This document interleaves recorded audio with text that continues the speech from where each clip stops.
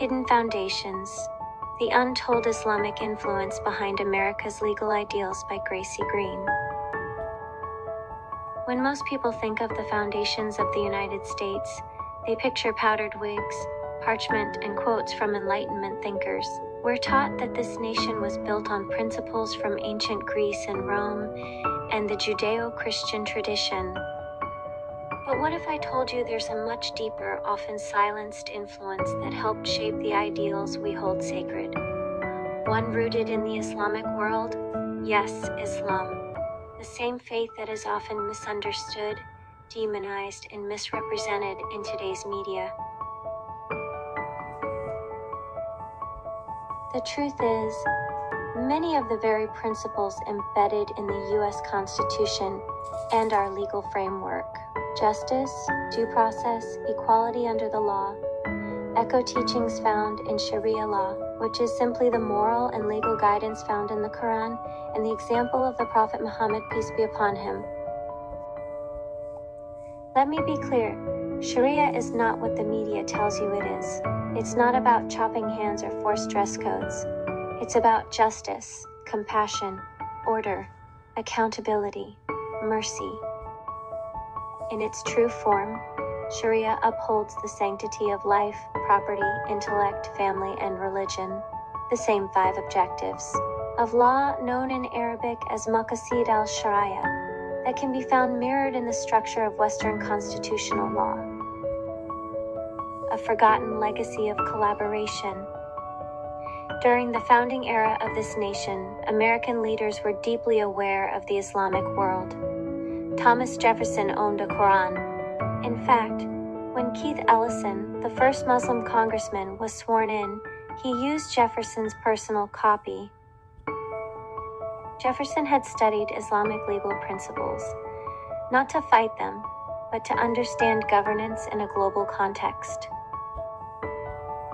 Many founding fathers also admired the structure of Islamic governance in the Ottoman Empire and the Moors of Spain, who had built advanced societies, with hospitals, libraries, judicial systems, and universities, at a time when much of Europe was still in the Dark Ages.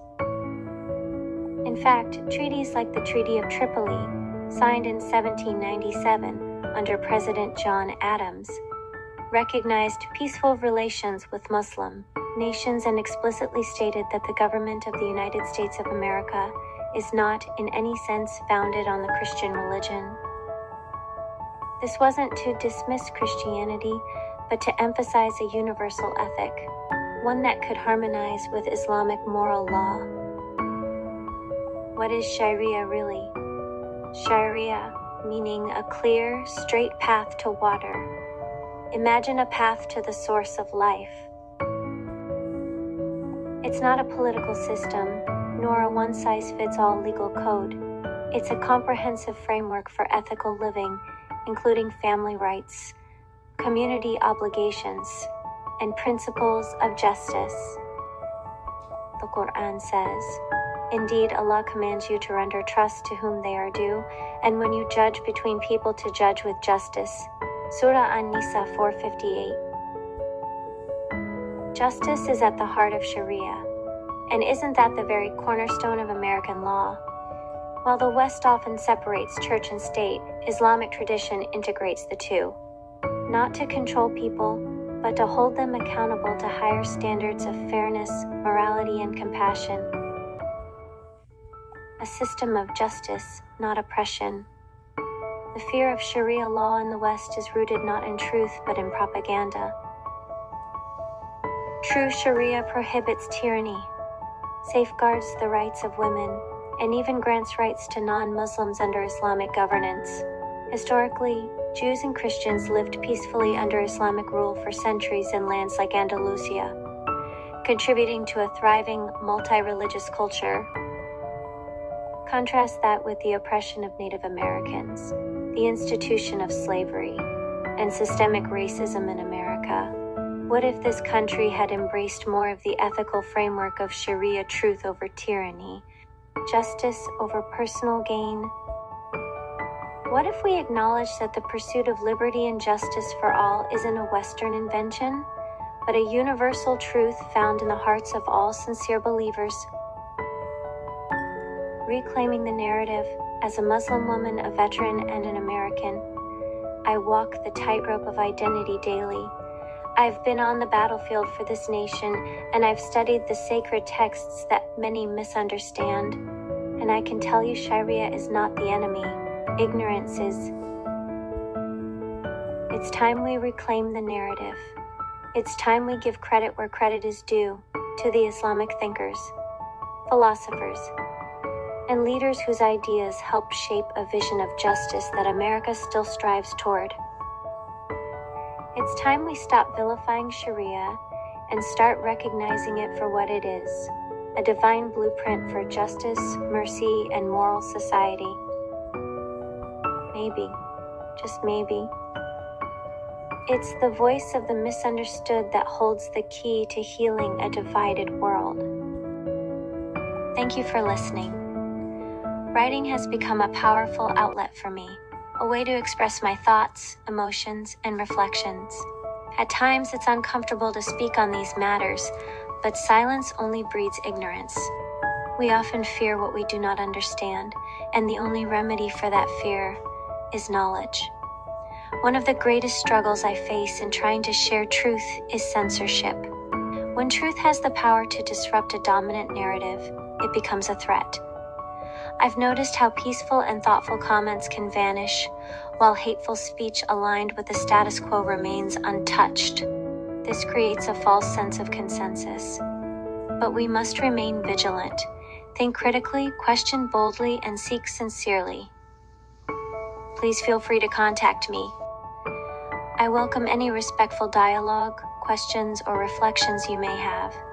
And if you find value in this space, please don't forget to like and subscribe. This channel is still very new, and your support helps push it through the algorithm and unlock more creative features. Assalamu alaikum. Peace and blessings be with you always. And remember, the only true religion is the religion of truth. Many African slaves brought to the Americas were devout Muslims, deeply rooted in their faith, culture, and heritage. Over generations, their identities were systematically stripped away by white slave owners who forbade them from practicing their religion, speaking their native languages, or preserving their traditions. This forced erasure was not just physical enslavement, but a spiritual and cultural genocide, an attempt to sever an entire people from their roots. Many atrocities were committed against Native Americans as a result of Western colonization of this land.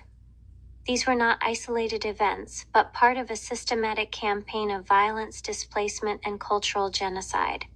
The Trail of Tears saw thousands of Native men, women, and children forcibly removed from their ancestral lands, many dying from hunger, exposure, and exhaustion. The Wounded Knee Massacre was a brutal slaughter where hundreds of Lakota Sioux were gunned down, many unarmed and defenseless, including women and children. The establishment of Native American boarding schools was another form of violence, psychological, spiritual, and cultural. Children were taken from their families, stripped of their language, traditions, and identity, often under cruel and abusive conditions. These acts represent a dark chapter in history, one that we must continue to acknowledge, learn from, and seek justice for.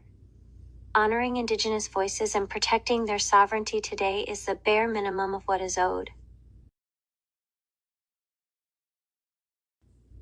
A note on systemic racism in America. Systemic racism remains a deeply rooted issue in American society, woven into the fabric of our institutions, policies, and daily interactions. It shows itself in disparities in education, healthcare, housing, employment, and the justice system. Inequities that disproportionately affect Black, Indigenous, and other communities of color. This isn't just about individual prejudice. It's about structures that have long privileged some while marginalizing others. From redlining to mass incarceration, from school funding gaps to wage inequality, the effects are real and ongoing. Acknowledging these truths isn't about assigning blame. It's about seeking justice. Real change begins with honest conversations, active listening, and a willingness to examine history and its impact on the present. It requires courage, compassion, and commitment from all of us. We must work together to dismantle the systems that perpetuate inequality and build a future rooted in fairness, dignity, and mutual respect. It seems that much of the misinformation spread about Islam are, in truth, subtle confessions, projections from those who crafted the narrative. The accusations, the distortions, the fear-mongering, when examined closely, often reveal more about the accusers than the accused. History is not merely a record of the past, it is a mirror. And if we ignore what that mirror reflects, we are destined to walk blindly into repetition, repeating the same injustices, the same ignorance, the same engineered divisions. Let us look back, not to dwell, but to awaken. Let us learn, not to harbor resentment, but to build with wisdom. Because truth, no matter how buried, always finds its voice.